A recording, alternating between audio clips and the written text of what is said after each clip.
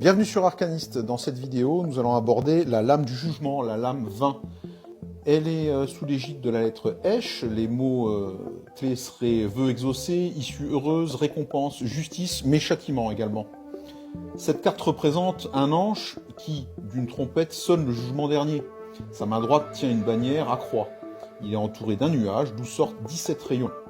En bas figurent 3 personnages humains. Ils prient et communient avec l'ange, qui, avec sa trompette et sa langue tirée, semble leur répondre. Cette carte porte 2 symboles, l'ange de la postérité et la résurrection de Lazare, l'homme nu qui sort de la tombe. L'homme sort de son inconscience et s'éveille aux aspirations spirituelles et matérielles, à l'espoir de la renommée. Une nouvelle façon de vivre s'annonce avec la résurrection des forces nouvelles. Il s'agit donc d'une carte de communication transcendantale qui peut annoncer une très bonne nouvelle. Les 3 personnages humains peuvent être vus comme une famille, un couple et son enfant. D'un point de vue spirituel ou psychologique, le jugement représente l'union du principe masculin et du principe féminin, qui réalise l'unité dans le personnage central. Cette lame ne peut favoriser la médiocrité. Elle est la victoire de la conscience, réussite renommée. Le symbole de la résurrection correspond à la fin d'une épreuve sociale, à la naissance d'un enfant longtemps attendu, à la réalisation d'un projet longtemps désiré, à la santé retrouvée. C'est un arcane de rénovation et d'évolution.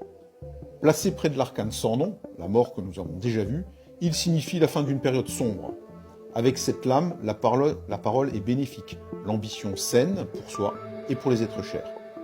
C'est un arcane qui symbolise l'expiation, la nécessité de se repentir et de savoir pardonner. L'amélioration de la vie, la rénovation, la naissance, les bonnes actions seront récompensées par le bonheur. Lorsque la carte, la lame, est renversée dans un tirage, elle vient souligner la mauvaise opinion que le consultant du tarot a de lui-même. Problème donc de self-esteem. Et annonce une maladresse qui pourrait être évitée. Insistance sur des faits ou des projets qui n'aboutiront pas à des résultats positifs. Désillusion et frustration, renommée artificielle.